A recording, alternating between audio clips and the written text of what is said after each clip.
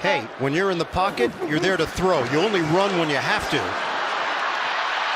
It's DeMercado breaking away! DeMercado goes the distance! Touchdown, Cardinals!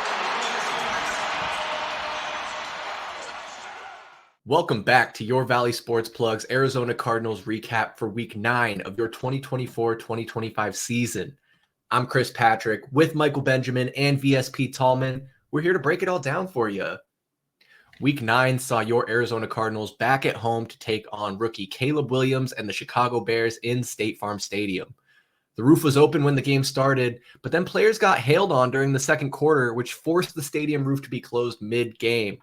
But that didn't stop the Cards from pouring on the points, and your Redbirds got the win in this one, 29-9, to advance to a 5-4 record on the season and the number 1 spot in the NFC West standings. Let's go. This also gives the Cardinals a 3-game win streak, their first since 2021, and fans once again have a reason to be optimistic. Tallman, I know you were in the building for this one. Sitting with the enemy, what did you see from the Cards in this one on the front lines? Oh, fellas. First place football team. First place alone, too. This is beautiful. I mean, we are just poised with this next game with the Jets coming up, then the bye week. I mean, I don't know. I'm starting to feel pretty optimistic about this team. But the game, that was a hell of a game to attend. And I'm telling you right now, and I had some guy in the parking lot yell at me. He said, "This is a Bears home game. Don't get it wrong." And he wasn't wrong. You know, walking through there was, I kid you not, it felt like 60-40, 60% Bears fans, 40 Cardinals fans. And it was even more evident because at the end of the third quarter, they all went home because this game was sealed. And when you looked around the stadium, the amount of open seats, it was packed to kick off. It was full to the brim. Start of the fourth quarter, man, it was looking super, super empty. But I will have to say one thing about Bears fans. There was a lot of them.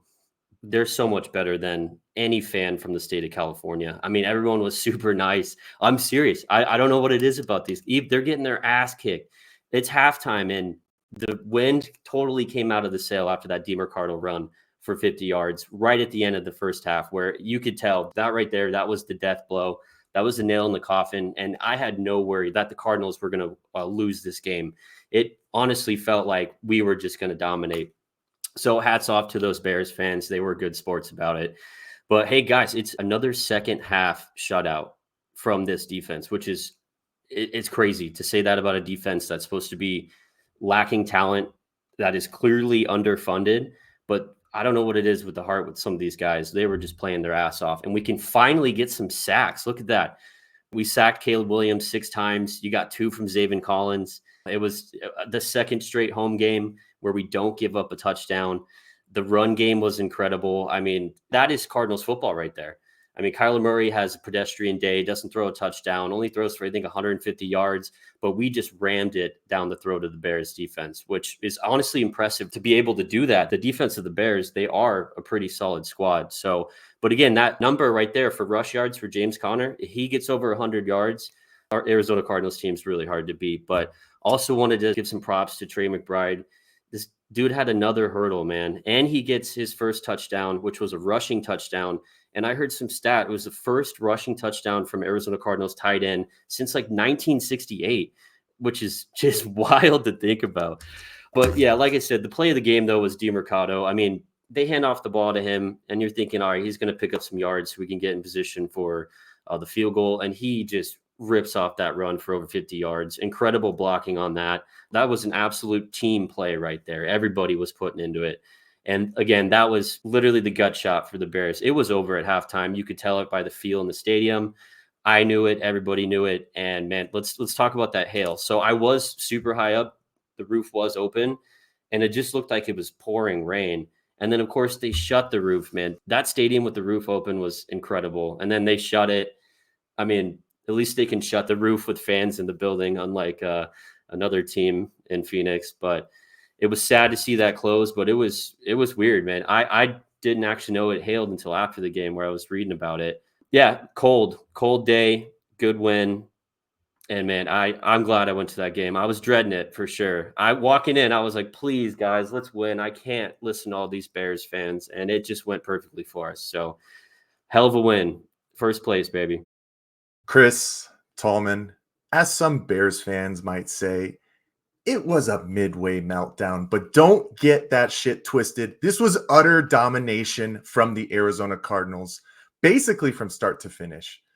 And you got to start with the defensive side of the football. Man, you think about the pressure so far this year, 26.6% pressure rating on dropbacks from quarterbacks, but they pressured Caleb Williams on 46% of his dropbacks on Sunday. Ridiculous. 16 different Cardinals with the pressure. So it was totally by committee.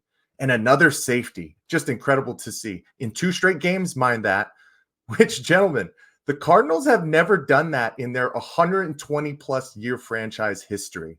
There was just a lot of crazy stats going on in this one. We alluded to it. Amari DiMercado's 53-yard touchdown run to end the half was the longest rushing TD in the last 20 seconds of the first half since the NFL merger. Just utterly ridiculous. You got to give some love to the offense as well. The best offensive line play of the season so far, 213 yards rushing, Trey Benson's first NFL touchdown. Everything went right for the Arizona Cardinals. And if you really think about what's been happening in this 3-game stretch, they've been making those adjustments, which we talk about. What didn't work as well last week in Miami? Running the football. So they air it out, and Trey McBride and Marvin Harrison Jr. both have 100-yard days. This team is figuring it out at a perfect moment right before the bye week. And if you were to tell us that they were going in at the bye week at possibly 500 or better, we would have taken that damn thing to the bank any day of the week.